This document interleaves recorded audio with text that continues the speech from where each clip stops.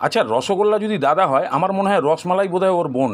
এইভাবে একবার বানিয়ে দেখুন, সং শেষ হয়ে যাবে, খালি ঠান্ডা হতে যতক্ষণ। প্রথমেই 1 লিটার দুধ গরম করতে বসিয়ে দিন। যেই 1 ফুট ফুটে আসবে, অল্প অল্প ভিনিগার দিয়ে খালি হেলাতে থাকবেন, ছানা কেটে বেরিয়ে আসবে। এবার এটাকে ছেঁকে নিয়ে ভালো জলে 3-4 বার ধুয়ে নিয়ে জলটাকে ঝরিয়ে ফেলুন। জল ঝরে গেলে হাতের তালু দিয়ে ভালো করে ম্যাসাজ করে একদম স্মুথ করে ফেলুন। যখন দেখবেন এক জায়গায় সব ভালো মতো দলা পাকিয়ে যাচ্ছে, তখন ছানাটা রেডি। এবার অল্প অল্প নিয়ে ঢ্যাপল সাইজের গুলির মতো গোল গোল করে রাখুন। এইভাবে সব রেডি হয়ে গেলে মাত্র 100 গ্রাম চিনি আর 400 গ্রাম জল দিয়ে খুব ভালো করে ফুটিয়ে দিন। ওই ফুটন্ত অবস্থাতেই ছানার গুলিগুলোকে দিয়ে 10 মিনিট হাই ফ্লেমে ভালো করে ফোটান। অল্প অল্প করে চিনির শিরা উপরে ছড়িয়ে দিন, তারপরে ঢাকনা দিয়ে 5 মিনিট আরও ফোটান, তারপরে নামিয়ে দিন। এবার বানিয়ে ফেলুন রাবড়ি দেবী। 500 গ্রাম দুধ গরম করতে বসিয়ে দিন। দুধটা সামান্য গরম হয়ে আসলেই 10 টাকাওয়ালা 1 প্যাকেট গুঁড়ো দুধ, এলাচ গুঁড়ো, কেশর, কিছু ড্রাই ফ্রুটের টুকরো আর 100 গ্রাম চিনি দিয়ে ভালো করে ফুটিয়ে মোটামুটি এই থিকনেসের করে ফেলুন। যখন এরকম রাবড়ি জমতে শুরু করবে, তখন মিনি রসগোল্লাগুলোকে রস ছিপে এর মধ্যে দিয়ে দিন। 7-8 মিনিট হাই ফ্লেমে ভালো করে ফুটিয়ে দিন।